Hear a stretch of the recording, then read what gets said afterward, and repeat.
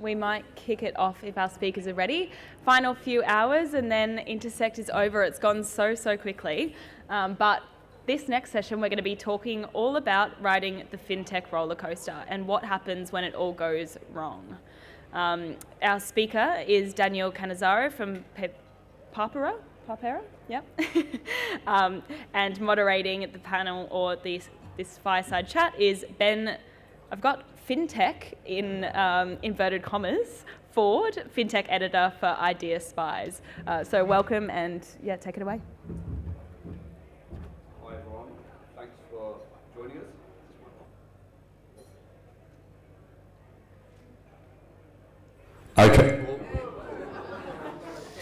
Okay, take two. Hi everyone, thanks for coming.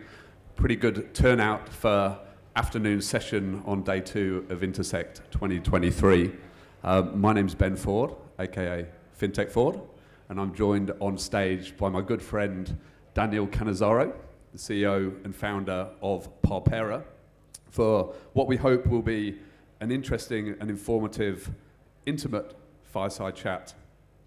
The topic for today's discussion is riding the FinTech rollercoaster and what happens when it all goes wrong. Now, I don't think there's a founder around, FinTech or otherwise, who probably wouldn't liken their journey to that of a roller coaster. The path to success never seems to be linear at all, and I mean never. And so what we're trying to tease out today, or what we're trying to learn, is through Daniel's story and the journey that he's been on, some of the techniques, the tactics, the lessons, the strategies that he's deployed to keep Papera going. And we are moderately celebrating success today because Papera, in a tough climate, is still operating and going reasonably well. And Dan will explain more about that and what that actually means in a moment. And hopefully there'll be some takeaways for people, whether you're an aspiring founder, whether you're a fledgling founder, whether you're an industry grandee and you've been around the traps for a while. Hopefully there'll be some lessons that you can learn in your day-to-day life. So to maybe get everyone on the same page and either acquaint or reacquaint you with the hero of the piece, that's Daniel, not me today. Maybe it would be good if you could just give an overview, Dan, as to the Papera story, what Papera is, what problem you're trying to solve, and maybe the journey from founding the business up until the beginning of June 2022, which is where the action really starts to kick in. Thanks, Ben. Well, good afternoon, everyone. Before I introduce Papera myself, could I get a show of hands? Who's a founder in this room? Awesome. Who's been a founder before but no longer is one? Excellent. And who wants to be a founder? Cool. Not many people there. That's and hopefully, so today's not really about FinTech, this session. It's more about what I like to frame as doing hard things and what happens when you do hard things and things don't go well. My early career background was in management consulting. Started off my career at Ernst & Young, had a really exciting, accelerated career, got lots of international experience through it. And then I came up with the idea when I was at business school that I wanted to build a FinTech. I'll save that story for another time, but in April 2020, Papera was born. Papera means fair wallet. In Latin, it embodies our purpose, which is to make it easier for people to do business so they can focus more on what they love. We equity crowdfunded in, I think it was around June 2020. So we had over 360 investors join us on the journey. We raised $1 million then. We used that to build a small team and effectively our MVP. And then we went live as Australia's first banking as a service enabled FinTech in October 21. For context, we serve micro businesses, so businesses that are either sole traders or have 0 to 4 employees. And we serve them with a business bank account, debit card, invoicing, solutions to help them understand, estimate, and take care of their taxes. And what was quite innovative at the time was that we weren't the bank, but we were able to provide banking services. And we did that through partnering with Rails Bank, which was a global banking as a service provider. They're no longer existent. And Vault Bank, who you may have been aware of as well. In March 22, we finally had the full solution. We'd raised another 1.5 million through sophisticated high net worth investors and a family office. And then we grew to 550 businesses until the 28th of June, 2022. Do you want me to keep going? I think it'd be good just to sort of, explain the situation and maybe just sort of talk about the weeks leading up to the 28th of June. So it's kind of the month of June. I sort of have some experience of what was happening here through a shared provider, but let's sort of keen to understand if you had any inklings as to what might have been going on, whether there was any nervousness or sort of anxiety around the status of your partner, and I'll let you explain the rest. I'm conscious of time. I want to make sure that I get the key takeaways. Hopefully today, it's not really about me and my journey. It's actually, if you face these challenges, hopefully what can you do to overcome them. But I'll explain the events leading up to the 28th of June, but what happened on the 28th of June, just to make sure everyone's on the same page, is that our bank partner failed. And if you've ever seen a bank fail, it doesn't happen often. In Australia, it's happened twice in the last 5 years, I think. But before that, it hadn't happened in a very long time. Vault Bank was one of Australia's first neobanks in 2017. They were one of the first to get their restricted banking license. There were always doubts around, would they make it? They needed to make money. They had a consumer app to start with, and they pivoted to banking as a service. We didn't choose Vault Bank specifically. We chose Rails Bank. And I used to monitor the APRA stats. So APRA would show deposits in, lending. They had us up and running. They had $12 million investment from AFG earlier in that year. And it looked like it was all going well. We had kicked off 2 months earlier a cap raise for $10 million. I was in Singapore in May 22. We had 13 people on the team. We were spending $2,000 a day on marketing. And then on the night of the 27th of June, I had a message come in my inbox on LinkedIn from another person in the FinTech community, shall we say. And he said, I've been trying to get in touch. Are you okay? And I thought, yeah, I've been busy. I'm a founder. Sorry, I haven't been responsive. I'm like, how's tomorrow morning? I've got time at 8 a.m. And I'm not a morning person. I get up really early now because there's a lot of work to do, but if I can sleep in, I'll take that opportunity. But I thought, okay, I'll go in early. And we have a 9 a.m. stand-up every day.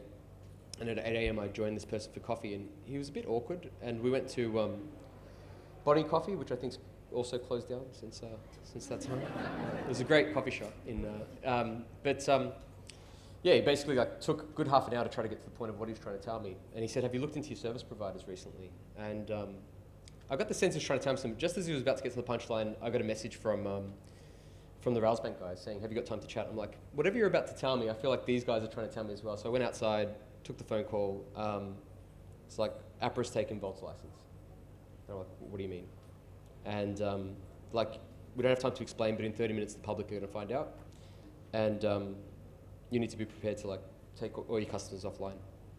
And so first thing I did was left the coffee shop. He paid for the coffee, thankfully. And ran back to our WeWork office, which is about 5 minutes away. I've got my wife Patricia in the audience today, and I gave her a call, and I said, this is the kind of nerd that I am, and I'm like, there's been a black swan event. And she's like, what are you talking about? But that were the actual words I used. And she's like, what are you talking about? I'm like, Vault Bank's just failed the licensing. I don't know. It was just, how do you react to that? And to give you some context, we were killing ourselves. We were pushing as hard as we could. We'd finally gone live. We're finally getting growth. We had some large investors that were looking at us. We're quite progressed with top tier funds. And the first thing I said to Patricia, I'm like, I don't know what I'm going to tell the team. And that was the hardest part. I knew the team was waiting to have the stand up. And when I walked in, there was this hive of activity. And I shed a few tears on the phone. She's just pull it together. So team walks in. They later on told me they could tell my eyes were a bit watery. But I'm just switch off the marketing. I'm like, what are you talking about? I don't have time to explain. I'm like, in 10 minutes, there's 10 to 9. I'm like, you got to switch off marketing, stop onboarding. And they're like, what are you talking about? And then we sat down and we're like, yeah, this is what's happening. We don't have time to we need to quickly issue a statement as to what's happening. And so I spent the next we don't have PR, right? And so I sat there, basically typing something up and got it out within 3 hours. But it was a crazy day. Wow. And then, sort of in the thick of that, sort of frame by frame or minute by minute, how did the rest of the day play out? Did you get any more phone calls, Patricia, or any more counselling to be delivered? Or no, we saw each other later that day. But it was all about first. It was about the customers. So we took care of our customers first. We had 550 businesses on the platform. We got out of communication within 3 hours, and we stopped all onboarding, so no more new accounts were created. We had 2 weeks to offboard the customers. When a bank fails in Australia, APRA steps in. All the funds were moved to NAB, That took a good month before that occurred.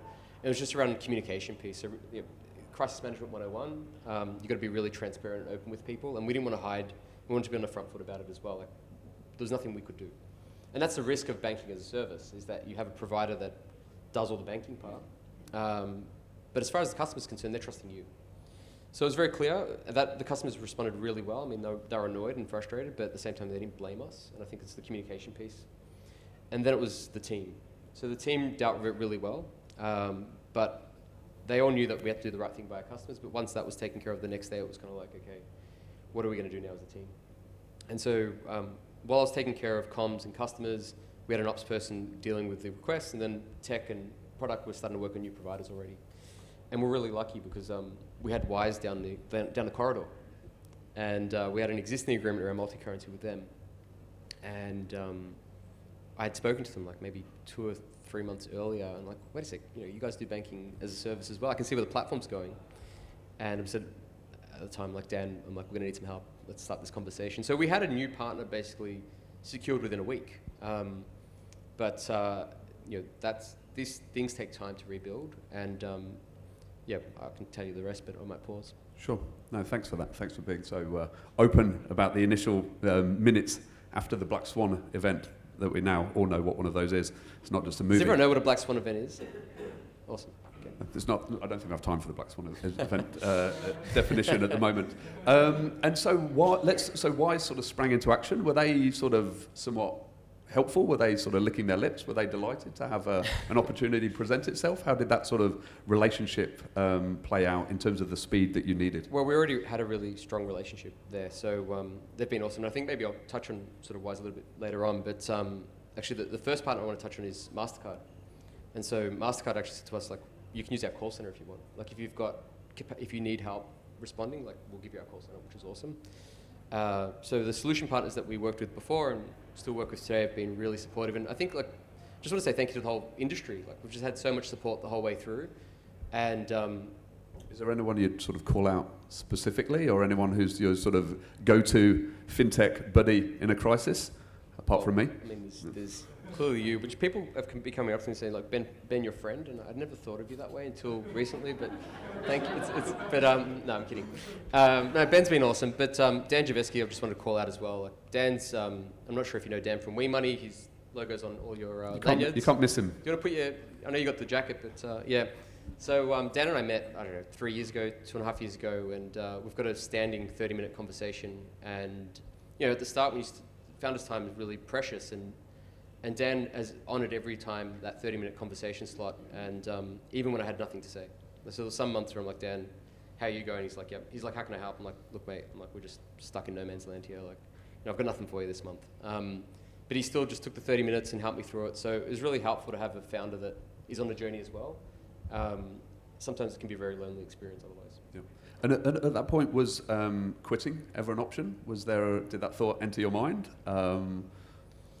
The thought did, but it's not I said, like, this is not about when it all goes wrong in fintech specifically. It's if you want to do hard things, like, things will go wrong. It's not like will it. It's not if. It's like when. And as a founder, like, things go wrong every day. Just the severity of that is different every day. And it's not the first time I've tried to do something hard. And hard is relative to what you've done before. And so the first experience that was hard for me is I wanted to be seconded to Asia to do work with a consulting firm. And it took me 3 attempts. And eventually I got seconded, and I spent 2 years traveling the world in consulting. The next time hard came along was I wanted to go to business school, London Business School, and that's a top-tier institution. You don't get to just walk into that place. You need to study weekends above a huge workload. And so hard is relative, and when you figure out how to do hard things, it's actually, a lot of time it's focus, dedication, patience. And in those 2 last exams, I actually gave up the first time of attempting. But every time I try to do something hard, it never goes away. So this time around, I thought, well, rather than go through that journey all over again and burn, like, more time, just figure out what needs to be done and just sit in there. And, like, I've been very lucky to have the support of my family and partner, and again, of the community. So it's kind of like, well, what else can I focus on? And I just found ways to keep myself occupied while we went through the rebuild. Sort of shifting gears ever so slightly, sort of almost coinciding with the period where you sort of had this roller coaster ride with the business, I've noticed a real uptick and a slight change in the way you appear. and you actually seem to have got healthier, if I may say, over the last sort of 18 months as you've been through this sort of tumultuous period. And I guess I just wanted to see if you've sort of seen any link between those two things, or whether, you know, there's elements you can control in your life and others you're prepared to let go, and just what your thoughts are around that, and what that means to you, both in terms of sort of physical health and also mental health and resilience as a founder as well. Yeah, so like I'm an achievement progress-driven person, so that's what keeps me going. And when your banking partner fails and you can't progress the thing that you put all your life in, it's very frustrating. But fortuitously, like 2 weeks before this happened, I actually had a conversation with myself, which I do often. And so for context, like I moved back to Australia in 2019 and leaving the active life of London, meeting my partner, not that it's her fault, but I gained like 15 kilos.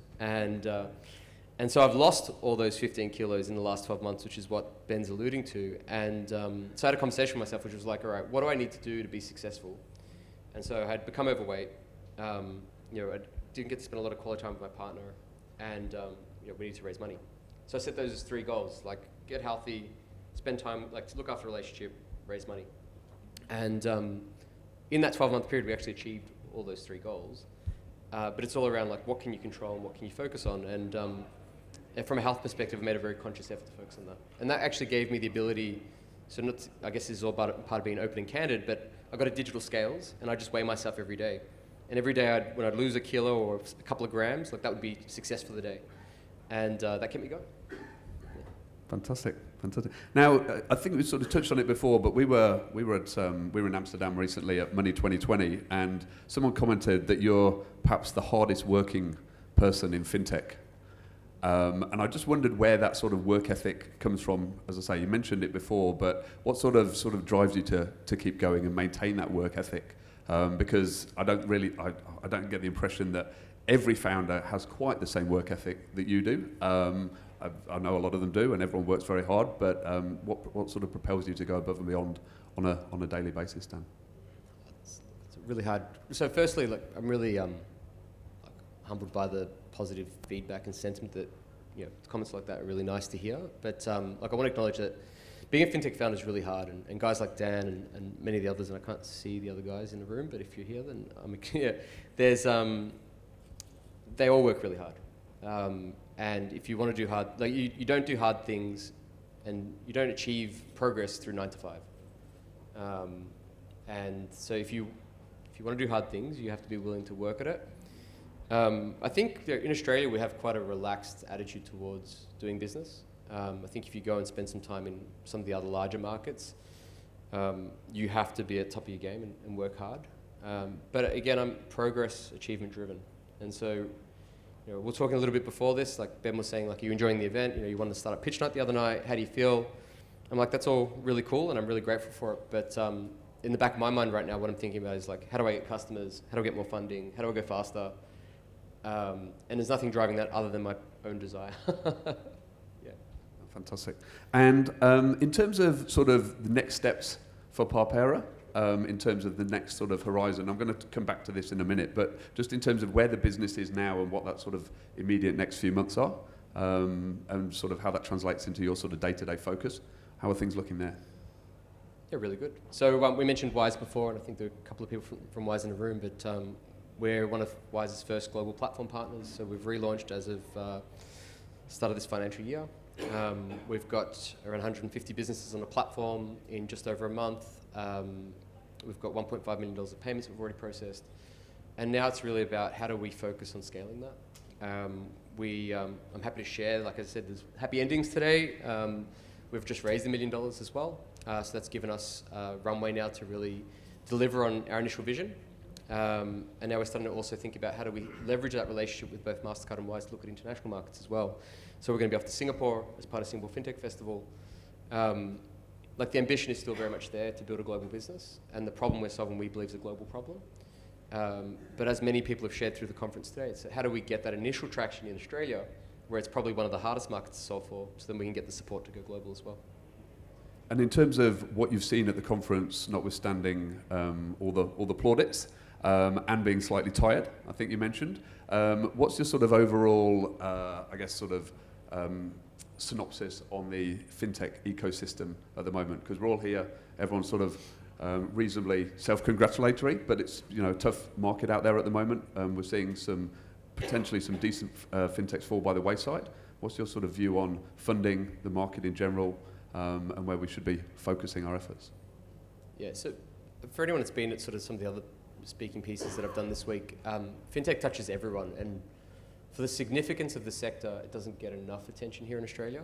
I think as a fintech founders that I speak to sometimes we feel like second-class citizens here.